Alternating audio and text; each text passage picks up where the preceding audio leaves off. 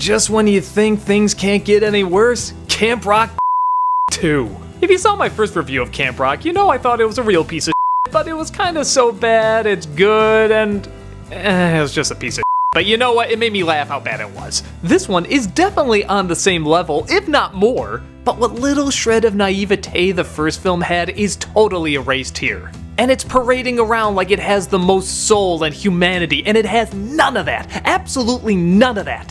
You feel every manipulative cookie cutter moment for what it is. It put me in a bad mood and I'm here to about it. Okay, so once again, Mitchie is returning to Camp Rock. She's surprised to find out though that Camp Rock is now a musical. Yeah, not like they sit around and sing songs or perform on stage like in the first one. No, literally, everybody has a dance number ready. If someone just says, hey, I want to sing about something, suddenly the whole camp joins in and they're all synchronized and it's like High School Musical. What? The first film wasn't like that, so why is this suddenly like that? It's like if suddenly in the Spider-Man movies it turns into a musical. Well, okay, that did kind of happen, but people hated that too. But the guy who runs the camp is kind of bummed out because it just so happens another rock camp opened right across from them.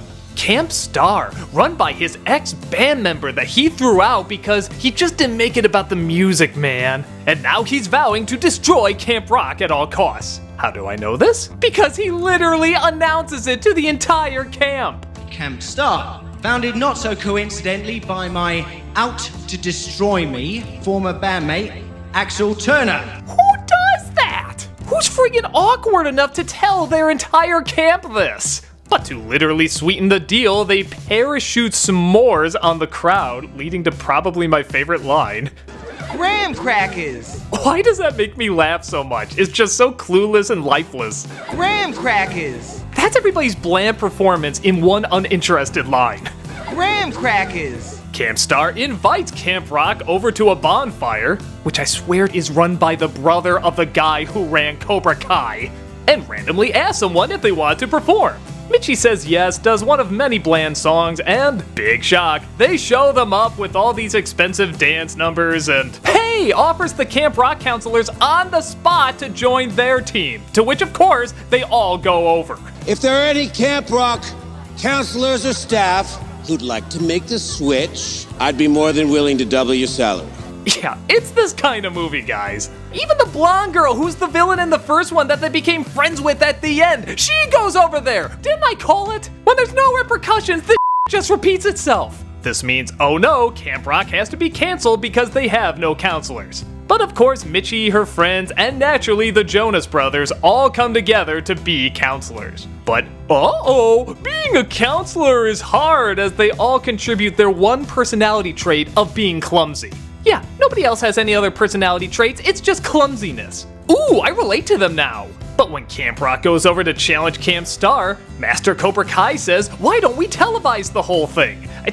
What? Just like that, he has connections to broadcast this to millions of people. They of course agree, which pisses off the guy who owns Camp Rock because he's like, oh no, Camp Rock will close forever. Oh, what are you talking about? Millions of people are gonna see you. Even if you lose, the phone will ring off the hook. You'll get all this free attention. But nope, he thinks this is gonna be the end, which forces Mitchie to work even harder. But oh no, is she losing the soul of the music? Is she losing the fun of camp?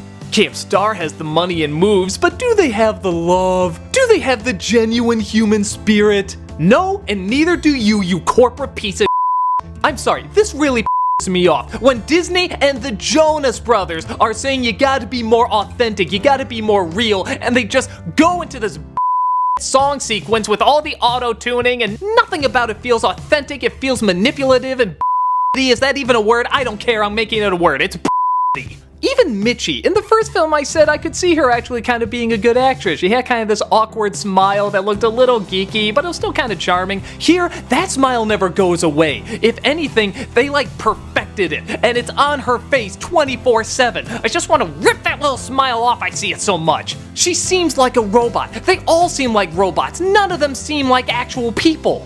But we should listen because this is the authentic side that has the heart and soul. Oh, shut the up. If anything, I actually side with Camp Star. They say they're there to make people stars, and they say it has a lot of sacrifice and giving things up, and they're right. Anyone that knows anything about the entertainment industry will tell you this. If Camp Rock just wants to be a little fun camp where you play some songs and sit around a fire, that's fine, but why the do you have celebrities there? The Jonas Brothers are at your camp. As soon as you do that, it's not gonna be about just sitting around singing songs and having fun.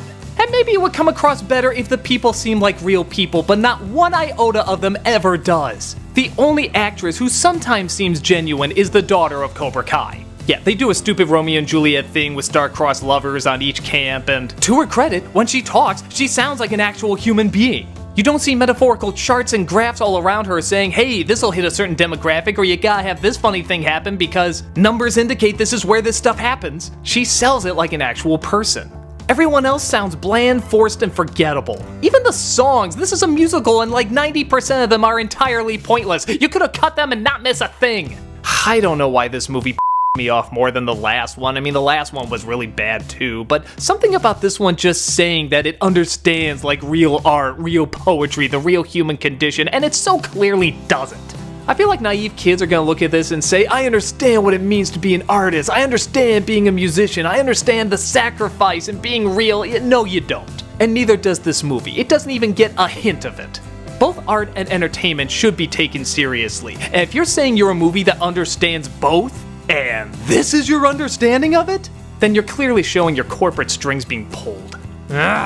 Said enough. This movie sucks. Bye. Graham crackers.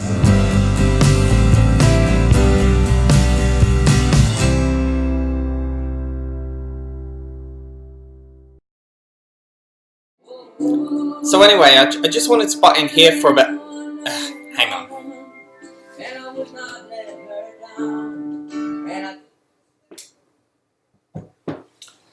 Sorry. I was just listening to Billy Joel. You know, an actually talented musician who actually put effort into his work and didn't use any of that auto-tune because, you know, auto-tune wasn't invented yet. And let me show you something. This here is my vinyl record collection. And there's the 7-inch discs up here. But see, look at this. At least 90% of this stuff had a lot more soul and talent and effort, and like even this piece of babyishness, which I just bought for my younger cousin, like even that is infinitely better than this camp rock stuff. So anyway, the reason I wanted to butt in here was because, well, if you saw my community posts, then you're probably aware that I was previously on holiday in Kangaroo Island, and because we weren't staying at very many campsites that had charging stations, I was unable to use my laptop during that time because it was dead, it was out of power, which meant I had to resort to recording the videos that I was going to edit off of my smartphone screen, just Chris Channing the whole thing. So at the end of the Camp Rock 2 video, I actually improvised a speech about how, you know, you just have to be authentic and stuff. And thankfully I have it transcribed here, albeit a somewhat polished version thereof, and I'm just going to read it to you now. As an aspiring content creator myself, I want to get into the animation industry, I want to make my own shows, I want to make my own self-published comics, and I want to make my own music here and there. Oh, by the way, feel free to check out my channel, Sam Bateman's Music. Yeah, this corporate nonsense just offends me personally. Not the actual legitimate professional side, where you have to make sacrifices and all that stuff, because, you know, that's just a business, right? I mean the fake hogwash where they auto-tune it and try to appeal to as many demographics as possible instead of actually telling good stories with relatable and likable characters, like, you know, instead they should just appeal to one demographic. You know, the elitists who actually like good stories and characters. How about that, huh? Just why? Like, sure, I'm just filming in my room at my parents' house, but hey, at least it's authentic, right? So anyway, this legitimately scares me that this could be me someday. I could get suckered into this corporate takeover, and to see so many young people get suckered into this camp rock stuff just really sickens me. And I'm afraid that I could become camp rock, like even like being manipulated by them, you know? Like, it could be me, but I'll try to stay away from that and be authentic and be myself. And not in a pretentious, manipulative way like these movies, especially the second one. And I'm just glad there are other people who share this mindset, like some of my viewers on this channel. One startup disk clear out later. Such as Joy Unicycle, who watch it. Hang on.